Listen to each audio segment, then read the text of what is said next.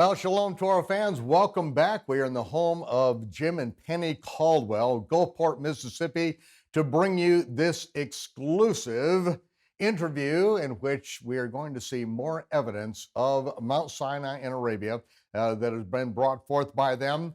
And this last year, Patterns of Evidence. Patterns of Evidence. The Exodus is the film that was done by Tim Mahoney, by far the greatest film that has been done, biblical documentary in the history of the human race. And, it has 5 international awards on this. Now, you think I've got it upside down? No, this is for our people in Australia, down under, okay, so that they can read it, all right?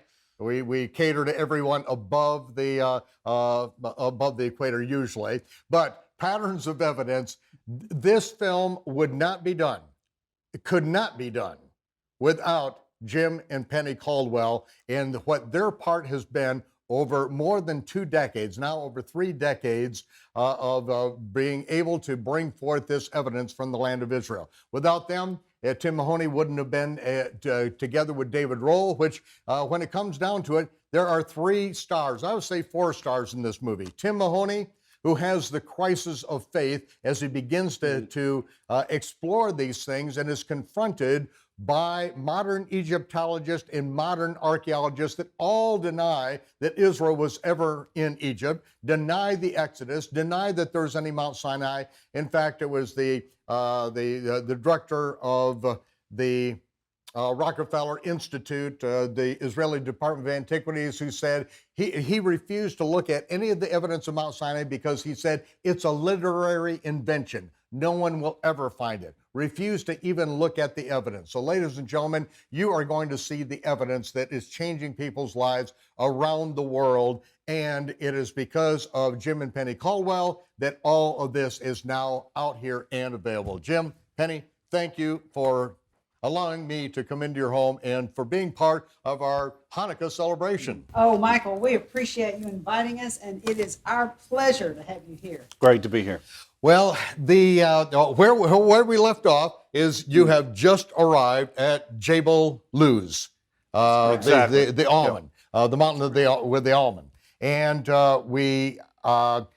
you have arrived. You have already seen through the fence, and you've gotten the video of the altar to the golden calf with Apis and Hathor on that. That's right. And so you've arrived at the mountain. This is what's happening. Now, tell us what transpires from here, because this is where it gets a little bit on the intense side, Yes. unexpectedly. Right. So after I got the video that I was looking for and the photographs, I was looking around and looking toward the west, and you could see up the valley there.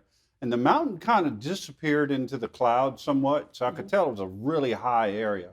And I thought, let's get back in the vehicle, and we're going to drive over to that direction. And couldn't see the cave, couldn't see any of the artifacts or any of the area where the corral is.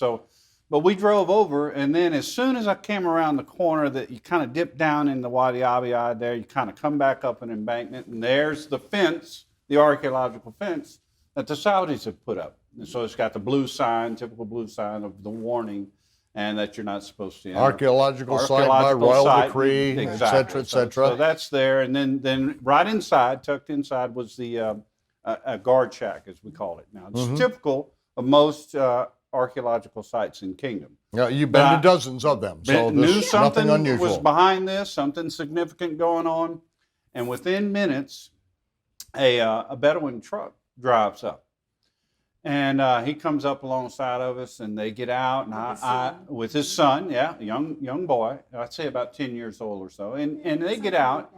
He's very friendly, very friendly. Salam alaikum. I mean, we do our greetings.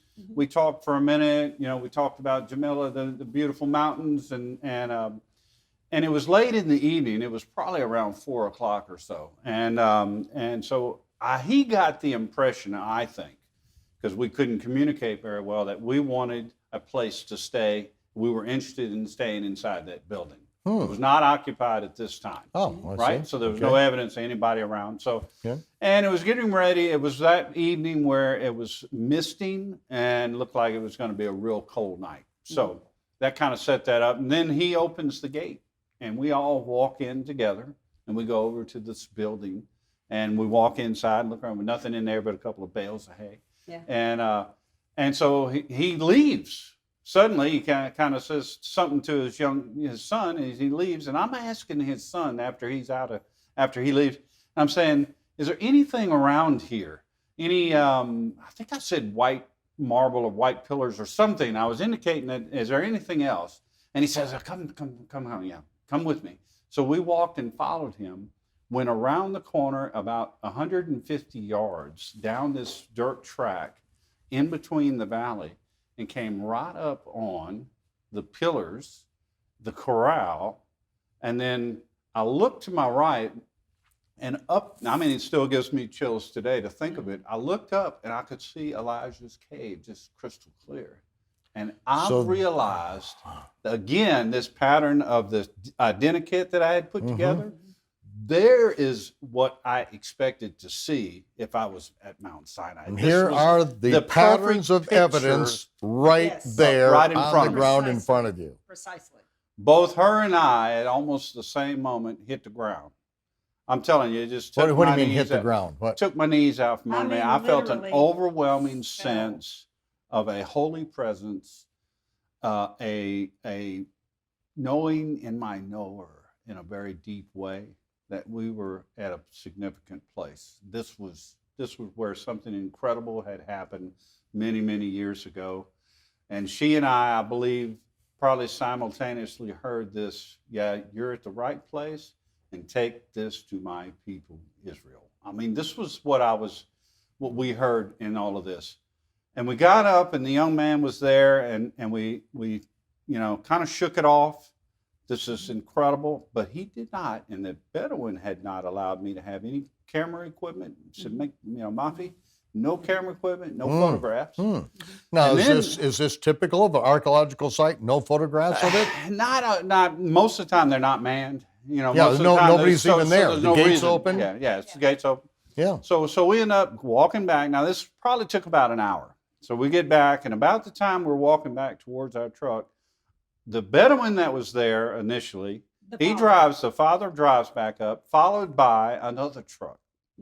And this is where everything gets flipped on its head. Everything went very quickly from the most beautiful, in Experience. fact, holy experience to one of... And a warm welcome, Bedouin, traditional Bedouin, Mikasa I look back on it Sukasa. and say it was impossible. I don't know how that happened. So what happened now when they pulled up?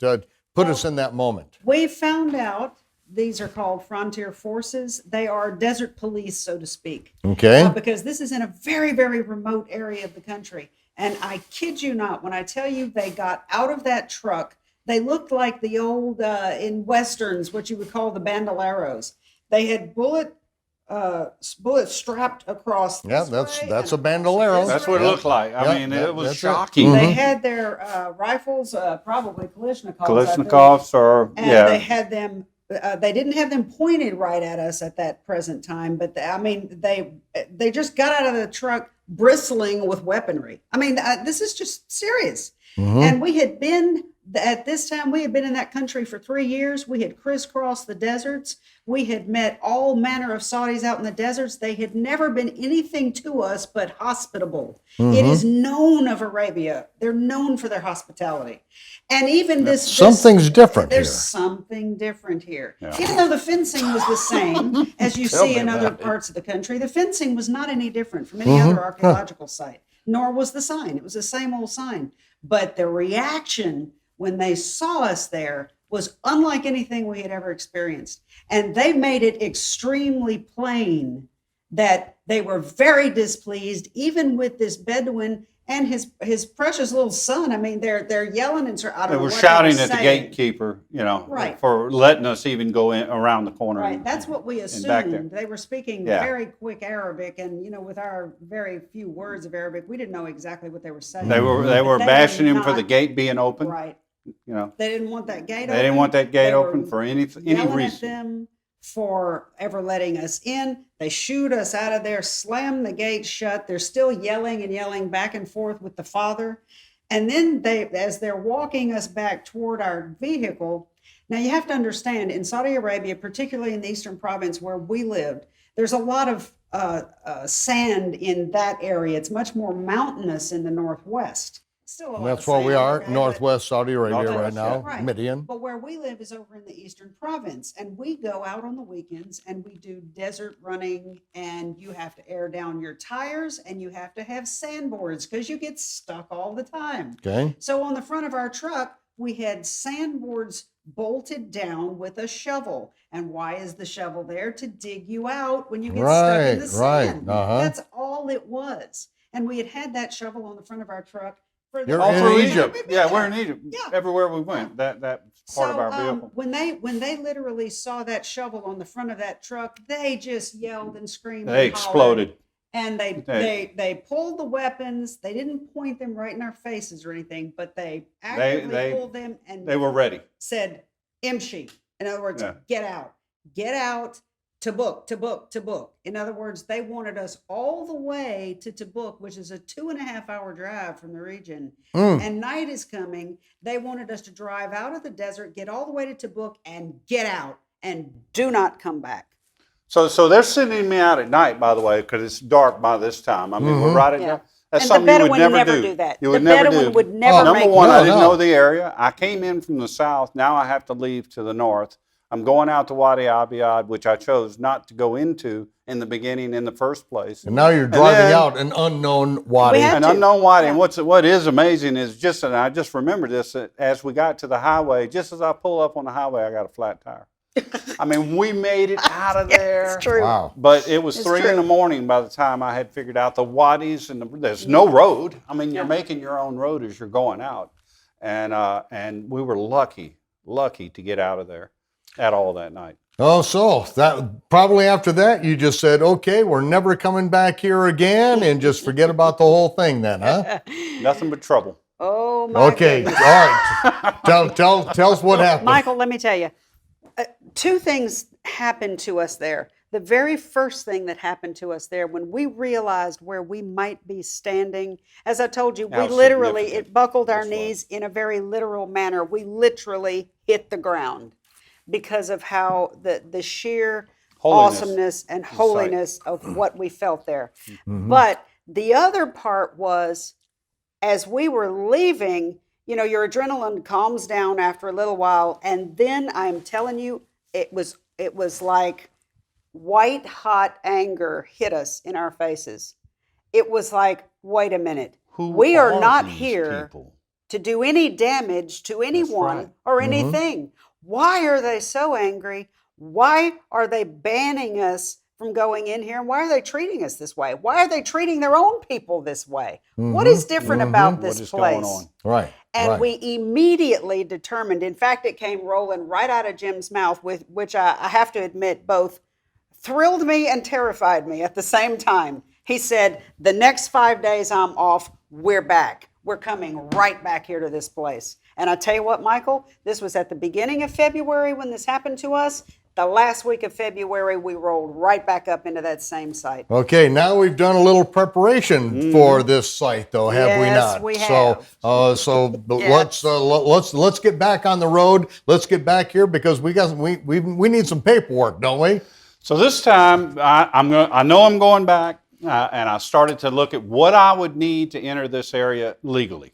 So we applied for permission to go into the site. Didn't really know exactly where it was or how to describe it. That kind of fell apart. But to get into any registered site, you have to get you just apply with a letter, and they'll usually give it to you with no problem. And then I got a travel letter, which to travel across kingdom, even to go to Egypt, I had to have a travel letter that says where we're going, what towns we're going through, you know, that kind of detail. That has to be approved by the Department of the Interior, and then when you get that back, then you're allowed to get through the checkpoints to get you to the next area. Each province has its own set of checkpoints.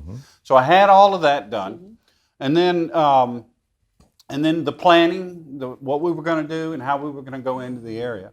And 3 weeks later, what happened is I was working that evening shift still. So then I had 5 days, right at 6 days at the end of that shift. So we had to stay home 3 weeks, worked my shift, then we're back in the truck, driving straight back into the region.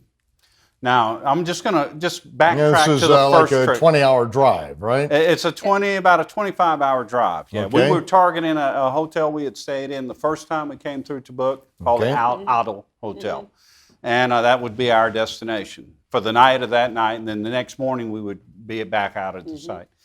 But the very first trip, when we came into the Wadi Rat and we were heading up towards the mountain from the south, I came across a vehicle up ahead crossed my track. And I'm heading and approaching him, and he stops.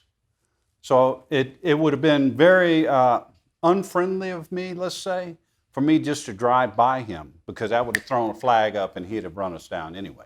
So I knew I pulled up and didn't approach him too closely, and I stopped about 30 yards away. Looked like an official vehicle, or? No, it didn't. It really just looked like a Bedouin truck, but a nice one, Bedouin. And he got out in full, like a Bedouin, the thobe and gutra, and very proper. And he comes over, but very friendly, greetings, all Arabic. And then I started to tell him that we were looking for this place called Jebel Lawz. And I was saying Lawz as we see it most of the time, L-A-W-Z. And that's the way it was written on the map. And so I'm saying Lawz, and then we talk about a mountain, and then I'm drawing things in the sand, and he finally says it's Jebel Luz. And I said, oh yeah, maybe that's it, Jebel Luz, yeah. So he says, no, he says, you go this way, and you go around this, way. He gave me direction, drew it on the sand. Fantastic. I said, thank you, sir, thank you. And I walked back to my truck, and I reached up on the dash, and I grabbed a can of honey roasted cashews. Just hit open it, man. It was just wonderful. A couple of bites. I'm going to give it to this guy. So I walked back. The Saudis love nuts, especially the Bedouin out there. And I offer them to him before he gets back in his truck, and he refuses. No, I don't want this. I don't. And so I insisted. And, just shook his hand and said, here, don't take this. This is for me. So he did, and off he went. Back to the second trip, we arrive in the area within 20 minutes, maybe? Yeah, the most. 20 minutes, they're on us. I mean, the frontier forces. Actually, it was not the same guys. It was like an outback police, I would call him. He was a single. They came up. They had a truck. They had a gun mount. I mean, it was pretty crazy stuff. All right. That wasn't manned, but this gets out. Yeah, 50 caliber, kind of rat patrol looking. Anyway, he comes around and he starts threatening us, and I mean, we're already on the defensive. The flags are up, and we're backing up a little bit. And so I whip out my Agama with my travel letter. Right? I'm showing it to this guy. He can't read. He don't know what it says. He don't see anything on it. I said, no, Jebel Luz, I have a travel letter to be here. And he's got a gun. And so he promptly backs up and points it towards us and said, no, you get in your truck. And another vehicle came up. You follow me. That's right. And they pinned us between the two vehicles, and then they drove us probably 3 or 4 miles away to an outback station. So this is Tin shacks, floor, block buildings, just an outback looking, shacks and these kind of things. Long story short, Chelsea and I, my daughter and I, had to be left in the car. They would not let us. They wouldn't let them in. No women in this place. Drug our son and Jim off into the center of this thing, interrogate them for like 4 hours. Until finally, Chelsea and I are in the car, and we see another car. Was it a friendly escort, or you say dragged in? What? No. Not particularly friendly. Wasn't friendly at all. But, very forceful. Very forceful. Chelsea and I see another truck driving up, and somebody get out and go into the back of the building, and we don't know what's going on with them inside. Right. So we've been on the floor, shouted at. They had my paperwork. Literally on the floor. Well, we're sitting on a dirt floor in front of coals and some logs and some wood, and they've got a coffee pot going. They're shouting at each other, at us, and there was nobody that spoke enough for us to communicate, enough English. And my Arabic was limited to probably 50 words, so I mean I wasn't speaking much.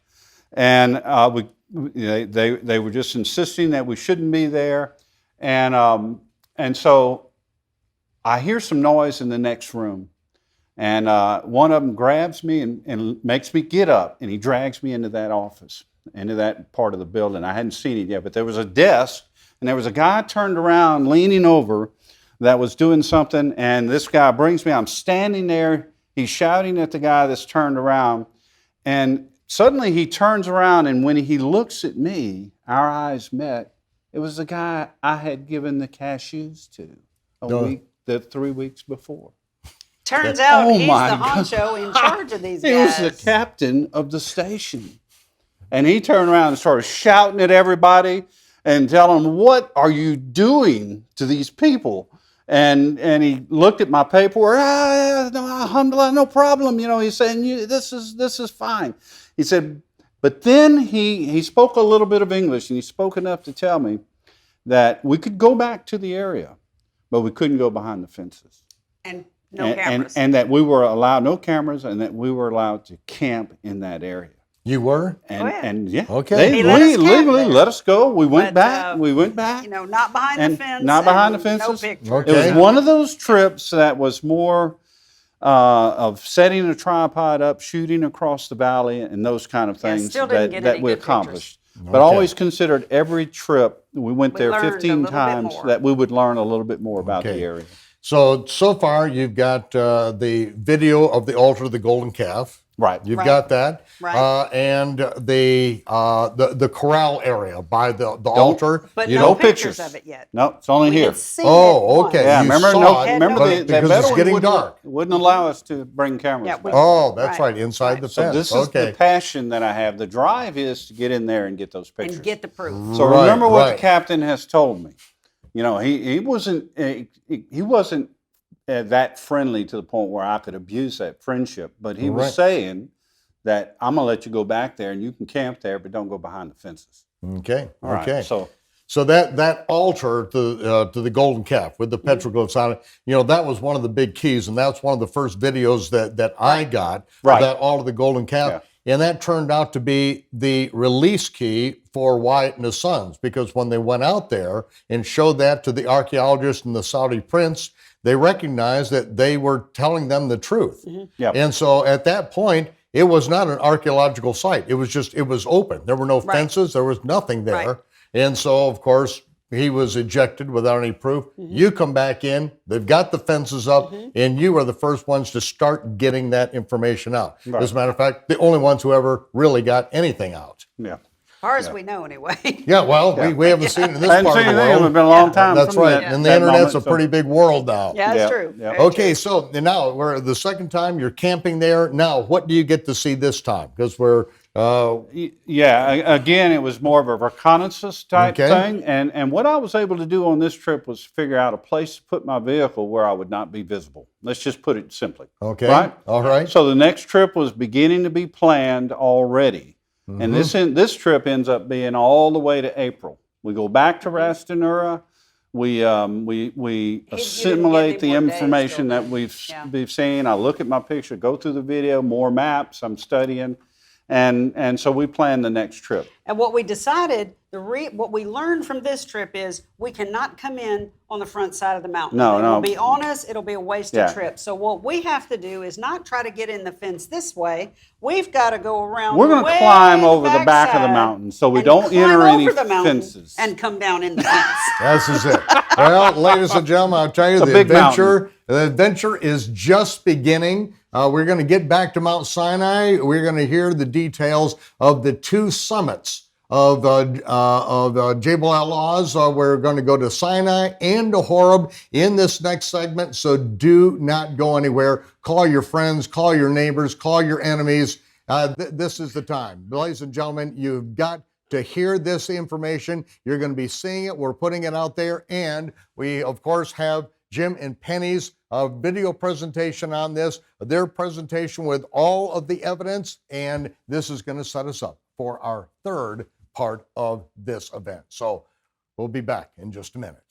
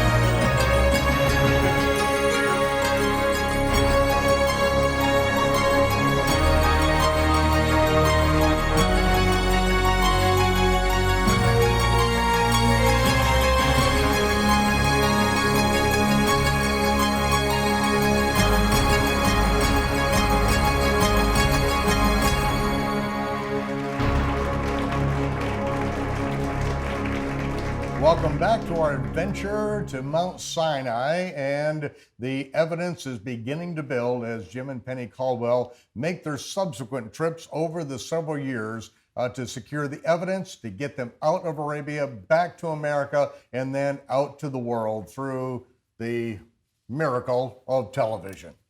Jim, Penny, let's get back there to Mount Sinai, because we've got, you've set everything up. Right. You know that you're coming back, and now the reconnaissance is over. You know where you can hide the truck. You know how you can sneak into the area.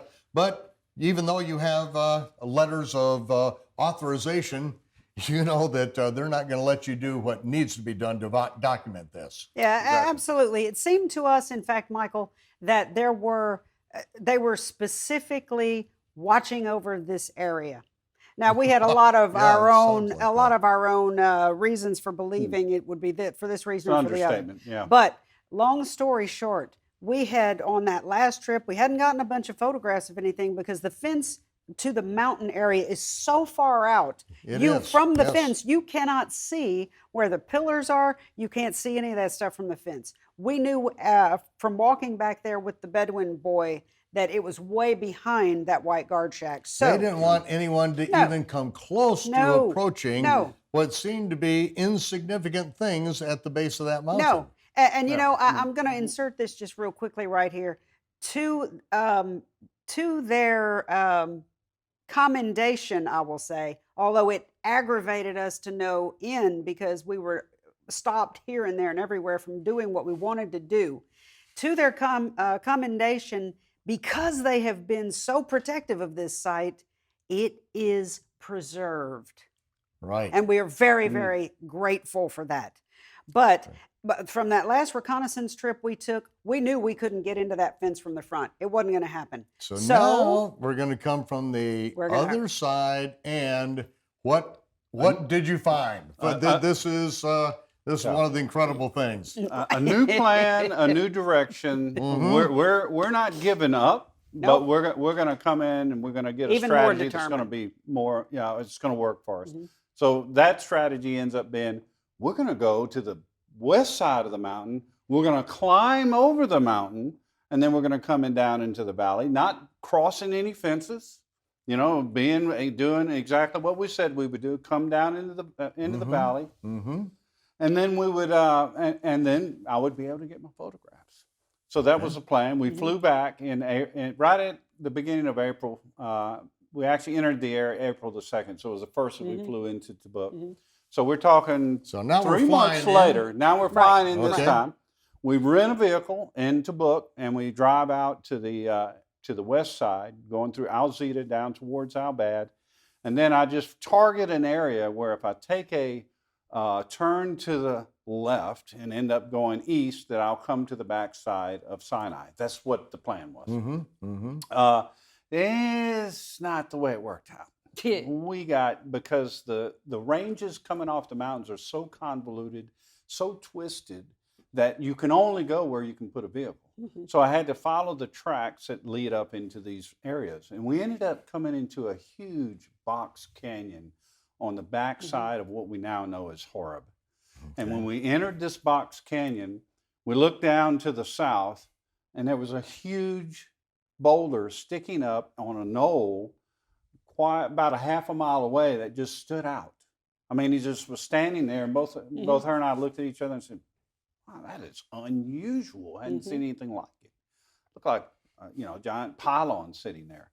So Now, when you say huge boulder, what people are seeing, and what you were looking at that point is this is like 60 feet tall. It's 60 feet Exactly. tall. Yeah. And it's sitting atop a pile of boulders that's a couple of 100 feet high. Yeah, it's I a mean, climb this thing to get is up way to it. up. Yeah, it's yeah. up in the air. Yeah. It would have been a prominent feature in the landscape to the ancients. Sure. It's one of the Yeah. few things that you can, with your eye at a distance, actually pick out. Mhm. Oh, Because everything gets Very hazy easily. and blurred Very over, easily. but your eye sees this. So did my camera, because I got the first video of this on that trip. Mhm. And then we drove over to it, and we climbed up the hill. We ended up coming in on the east side, and we actually walked right through the split in a rock. So it's a giant boulder. In the ancient past, it had been split. separated. Mm-hmm. And walking through it, we realized that at some point in the past, that water had come from the base of this rock and possibly was the reason why it was split the way it was. But there had to have been a deep underground aquifer at high pressure that would have come up through this thing to do what we were seeing. And on the Deep back channels side, on cut the through. west side, we turned around and we snapped a photograph that ends up being the photograph of our ministry, our research ministry. And this is what was unusual about it. We went down to the base of this stone. We turned around and snapped this photograph. We'd been up there for a couple of hours. And in the photograph is a goat in the picture. Little white goat. A little white goat in the picture. And it gives you a size perspective, but I always thought and pondered over that was very unusual. Yeah, it Where was did for it he to be come from? separated by itself. It just Yeah. a beautiful, beautiful picture. And I always thought that was very unusual. So So so small. I've not seen it. yeah, it's in our logo. You'll see it Yeah. With the yeah. goat. The the goat. goat. show you. The goat is in the picture. Yeah. Okay. Talk about I think of the You know- scapegoat, in that event Yeah. at the mountain. And I thought, what is he doing on this rock at this Yeah. time? No shepherd, no Bedouin in Yep. the area. Nope. Anyway, so we that's documented well. There's a lot of ruins in this area. There was a great stone, an altar stone, I call it, where there was actually steps built up to this stone. Took video of it. The patina on this rock was almost a quarter inch thick. I mean, it's definitely shows that it's a very ancient site. And then, the purpose of this trip was really to get over the backside of the mountain and get into the valley so that we could get the images of the corral and the pillars. And so we're not quite to Horeb at this point. Oh, at this point, And- we're probably knowing now what we know through Google Earth and other things that we're about 8 miles away from our Okay. destination. Yeah, and this is very significant because the rock at Rephidim, the rock that was cleft, that split, Right. Right. this was the very time that the battle with the Amalekites took place. That is before correct. we got to Horeb. That is Okay? correct. Right. And so This is a huge valley too. Th- now. Right. That's right. Yeah. So this is actually the path that the Israelites came, Sure. and as they got there, the Amalekites attacked from the rear. They did. And what's so vital and interesting about this, I mean, it was enough to realize, goodness gracious, could this be the rock that Moses struck? That was just amazing for us to even think about. But then we further investigated and we went further to the south and then around, turned again toward the west. And there were a whole lot of ancient stone circles that we began to walk through. And as we did, we started seeing some interesting things on the ground and semi-buried amongst a lot of those circles, right in the area that if this is the rock, then we are standing in the Rephidim area. Right. And around those circles, around the corner from this rock, we started finding implements of war. We started finding sling stones. And we have verified that they are sling stones, beautifully so, in that Quartz they are sling made stone. from Quartz, quartz. yeah. And if you know anything about the nature of quartz, quartz does not form in round balls. It is a very crystalline structure. So these are absolutely man-made. They're about the size of my fist. And we saw numerous sling stones there. I'll just put That's it right. that way. That's the area that we battled the Amalekites there. So Absolutely. it's still It was- it evidence was- that's there in the desert to this day. Absolutely. So to make a long Absolutely. story short, we end up getting, we climb as far as we can. We were beginner backpackers. The 1st time I've ever climbed anything like a hill or a mountain of this nature. We were poorly equipped. We didn't have the right shoes, but we make it up to a ridge that brings us to a point where we can see. Not only can we see that we missed Sinai because of the blackened peak of Sinai, you can see it from a distance, great distance, but we're also adjacent to another extremely high mountain that we now know is Jebel Luz. And as it was, there was no way, the trip was basically over because there was no way we were going to make it over these mountains. Not in the time period that we had. Right. Or with the climbing equipment that we had. That was the other thing. So we blast back down. We're back down in our vehicle. We turn around And so we have a couple of days. And I'm saying, what are we going to do with this time? I said, I don't waste a minute. You spend all this money, all this time, this energy, Right. the vacation, everything you're doing to get over there and get something. The Split Rock was a fantastic find. I mean, we're just thanking God every day that that was something that we were privileged to see. And this Right. is one of the And things that I discover. saw that, and that's what I was asking Wyatt, who is this? Because I could see Penny. Yeah, you can see her not walking a around. little clear, but she's there. And so, that's when he said, just put his foot down. I said, I'll give you this, but I will not tell you who these people are. Right, right. And that I was it. understand And that, so yeah. it's like, okay, he's honoring the request you made to That's him. exactly And right. so if I don't know, I can't say anything. And Yeah. That's it. I'm happy with that. But Yeah. that's the That's first it. time, the first time that I saw you was on that video there at the Wandering Split around Rock. at the rock. Yeah, that was me. So now we're gonna get out of there. We've got some other things that Right. are evidences. We ran across a place that is still just so amazing to us today. What we decided was, okay, we're up in this area. We're going to head further down and head westward toward the Gulf of Aqaba. And let's just Okay, see. so this may be the path that Israel would have taken. Exactly. And Exactly. it was Starting to think in that literally direction. 7 weeks from Passover until we got to Mount Sinai. 7 Right. weeks, and so It was a what's there? process. What do you see? So as we came around, you have to go where the mountains will allow you to go. Yeah. You can't just drive over the Natural mountains. paths. So there are natural pathways all down leading down to the sea, but there's not very many of them, which we were grateful for. So we were heading down this one, coming from this Split Rock area and through this area where we found these sling stones on the ground. But as we continued further on and made our way toward the sea, we came across an area that had a whole pile of palm trees, which is not so unusual there. I mean, it's Saudi Arabia. There are palm trees in So, various locations. right, So this was a not little so oasis. unusual. What did catch our eye about this is there was a certain and particular type of a palm called the dam palm. And it's the kind of palm that goes up and branches off and with a branch structure at the top as opposed to a single trunk, and it comes up and goes into the palms. This one comes up and breaks into branches, and on each of the ends of the branches there are palms. The only place we had seen those before was in Egypt. So this was unusual Why do to we us. cheer? So we decided, well, this is unusual. Let's stop and dig around in here.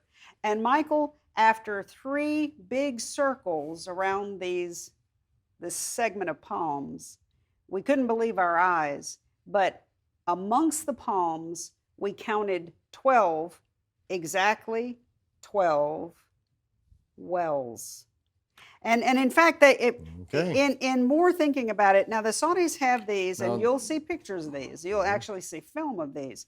But the Saudis in latter years have come and they've put concrete barriers around the top of them to keep people from falling in and that kind of thing, because they're very deep old wells. And I say wells, They're about 35 they could feet be, deep. I mean, they're way down there. They could be The water level springs. is today.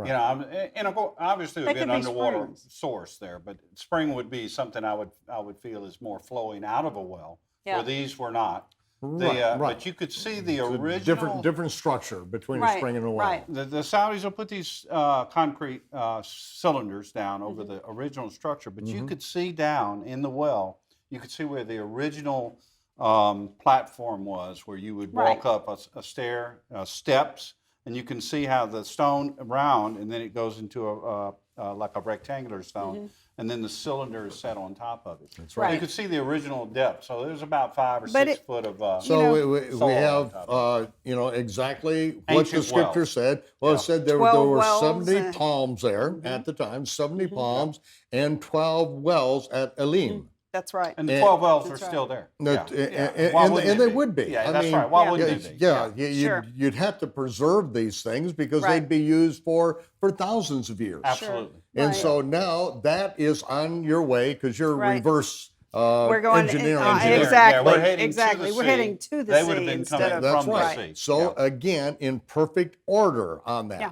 Which you don't see Exactly. over in the Sinai Peninsula. It's got to be the exact order because everything is in chronological order. Nothing's missing. And you know what, Michael? Before that day was over, we were coming into an area where there's actually a higher mountain range as you go toward the sea, and there are only several cuts that you can get through those mountains to get to the sea. And we're continuing to follow this one down as the hours go by. We've passed Elim, and we get a little bit further, and we come into this place where it looks like there's a big crack in this mountain range, and we knew the sea had to be right on the other side of it just by virtue of how long we had traveled. And we didn't know whether we could see it from afar, but we didn't know whether we could make it through it or not. I mean, it looked like it was that narrow. But lo and behold, when we get there, we see an area where there is water bubbling up out of the ground. Now, this is an unusual thing for us. We live in the Eastern Province, and while there are certain areas in the Eastern Province that are fed with springs, we had never seen this in this Western Province, and we were in a time of the year where all the water usually is dried up by the first part of April because it's already getting in the 90s as far as temperature goes. Right, So right. the rainy season has passed. Any little water has just dried up by now. And here's this water that's kind of, it wasn't a large area, but it was an area where there was water and you could tell it was moving water. This was coming up Out of the ground. out of the ground. Right. Out of the rocks. I mean, the gravel and the area. And so this is in April. Yeah, and so we're really at the time where Israel went through this very same area. Yes. Yes. Because after Passover is before Shavuot, so we're at Yeah. the same time period of time, And this water is a little different. Michael, I am Gets telling better. you, Yeah, it gets better. we thought that was a phenomenon, and we took a bunch of pictures of that. And no, we didn't taste it because you're always worried about, they've got their No, we don't taste flocks the and water stuff in going this through, and we region. just we didn't want to wind up very, very ill. So we took some pictures of this area. We made a notation that all around the edge of this water pool, it looked like it was salty. I mean, it just looked like it was a High salt mineral spring of some content. kind. They're probably not drinkable anyway. Right, But I mean, right. there It was didn't look. something It to didn't look fresh. It was Right. clear water. Well, but it didn't I look do fresh. believe the scripture waters says were the bitter. water were Well, they were bitter. bitter. Yeah. And So, So it fit that but very well. it was just this pool, so to speak. So we decided, well, we have got to try to get through this crack in the rock. And when we got close enough to it, it was wide enough to get a couple of trucks through. It was actually a seep, just like going into Petra. Petra. If you ever noticed that, it was a water cut seek or a Right. ravine going back. But Same these- thing here. These were high cliffs High on either cliffs side. on each side, and you couldn't tell. You could look straight ahead and not see a path. As soon Right. as you got there, it Then opened it would up open up wide again. in Yeah. a And, different and you direction. could go. like being It's in just- a cave. You yeah, just can't something- tell. Right. The But funny as thing, the funny thing is, as we got a little bit further down, there were some places where we barely got the truck through, but then it would open up again. But we hadn't gone into there very far, where up from the ground again came a bubbling stream. And at this point, it's a running stream. It's Yeah, about we have this good video wide of or this, so. too. We've got video of this thing, and in places, and you can still see this this like salt incrustation on the edges. And this thing wound its way all the way down, almost to the sea. And we finally popped out where you could actually see the sea, and realized, wow. Is one of the this only the entrances place to get into the they area. came through? We'd had to turn And right is there. that Mara? Yeah. Oh my goodness! That's it. The only access. And The only I'll access. tell you, it wasn't very long after that we popped out looking at this beautiful Gulf of Aqaba, and immediately there is a patrol that's going by, and they drag. Now they weren't mad. They weren't. They weren't as angry as They the weren't other ones, angry. They but, weren't. yeah. But they did haul us away Yeah, it to took us their down little to the outpost. Yeah, on we had to the show all the frontier paperwork. forces. Okay. We all had right. another flat tire, Yeah, but we then they did. let us go.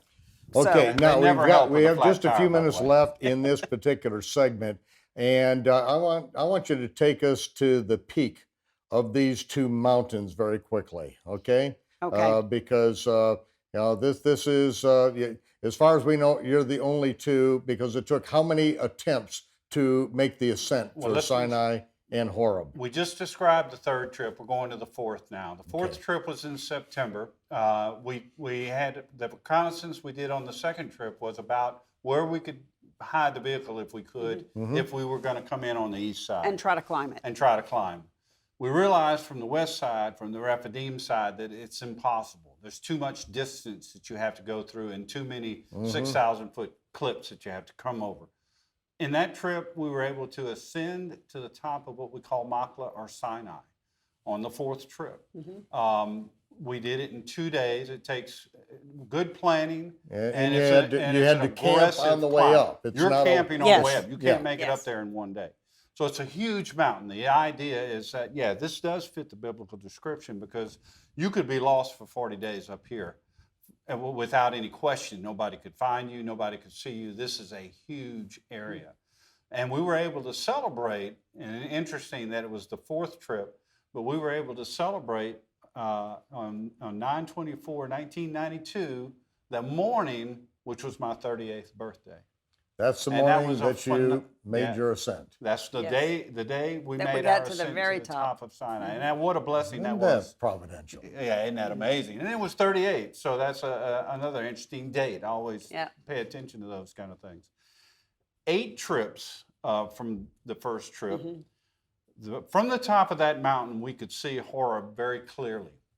And It's properly called Jebel Luz. it's proper Jebel Luz. There's 2 peaks. One mountain is Sinai, one mountain is Horeb. The typical Arab name is Makla and Luz. So these are the 2 mountains that we're talking about. There's a huge valley between them. And in the next 3 trips, we were trying to climb Horeb. And we had to come in and devise a different way to enter and then to be able to backpack. We took our kids one trip. They were with us in trying to get to a pass to get to the top of Horeb.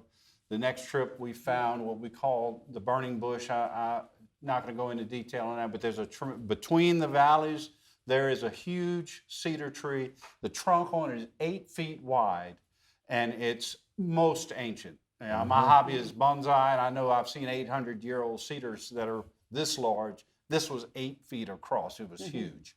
So that there is old trees in Israel, but this appeared to be much older than that. And then on the 8th trip, on the 7th trip, we found the top of a passage to get to the top, and on the 8th, we finally made it. We made it. And boy, I tell you what, Michael, when you're sitting on the top of that mountain, you can look all the way back to Egypt.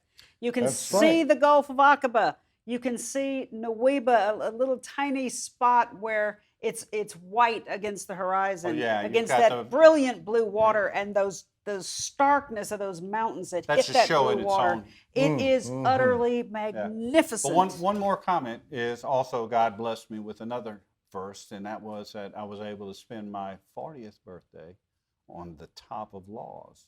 All of that effort to get there, we made it on September 24th, 1994. And it really wasn't planned that way. It wasn't planned that way, Really but wasn't planned what that a way. blessing that was. It was. The So then two we had summits, the 2 Horeb summits, and Sinai, on your birthday, 2 years apart. 2 years Yes. apart. Yes. So And now we got just a second. You've got at least there was something that you found there, and when I saw this was groundbreaking.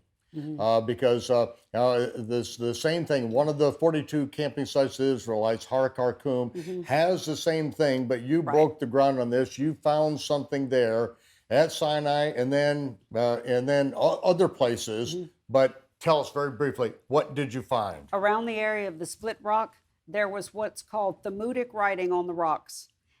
In some of that Thamudic writing, we also began to notice what exactly may be the most pivotal finding in the whole of this. And they are, we call them the footprints, but they're literally sandaled feet. It is very plain. Yeah. It's not like what some would call a cave drawing, where you would take and trace your hand or trace the toes of your feet. These are sandaled footprints.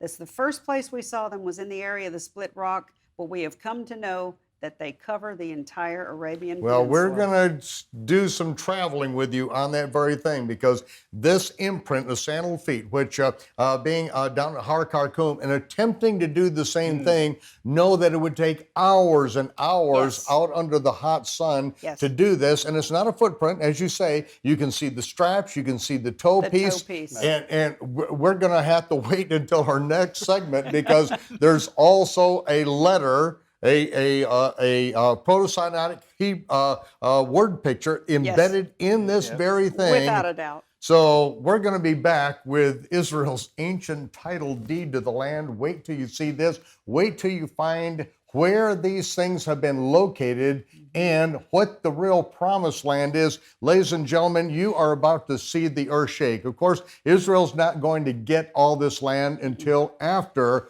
all of Israel, which has been scattered through the whole world, is gathered together after what is referred to, I call Zechariah's thermonuclear war, because Zechariah was the one who saw it, described the warheads, the missiles with the evil fire offering inside them. All this stuff, ladies and gentlemen, is coming out in our face right now, because the Almighty wants us to know He's in charge. This is coming out in His timing, and you're going to be back with us as we take this trip around the ancient and the future land of Israel.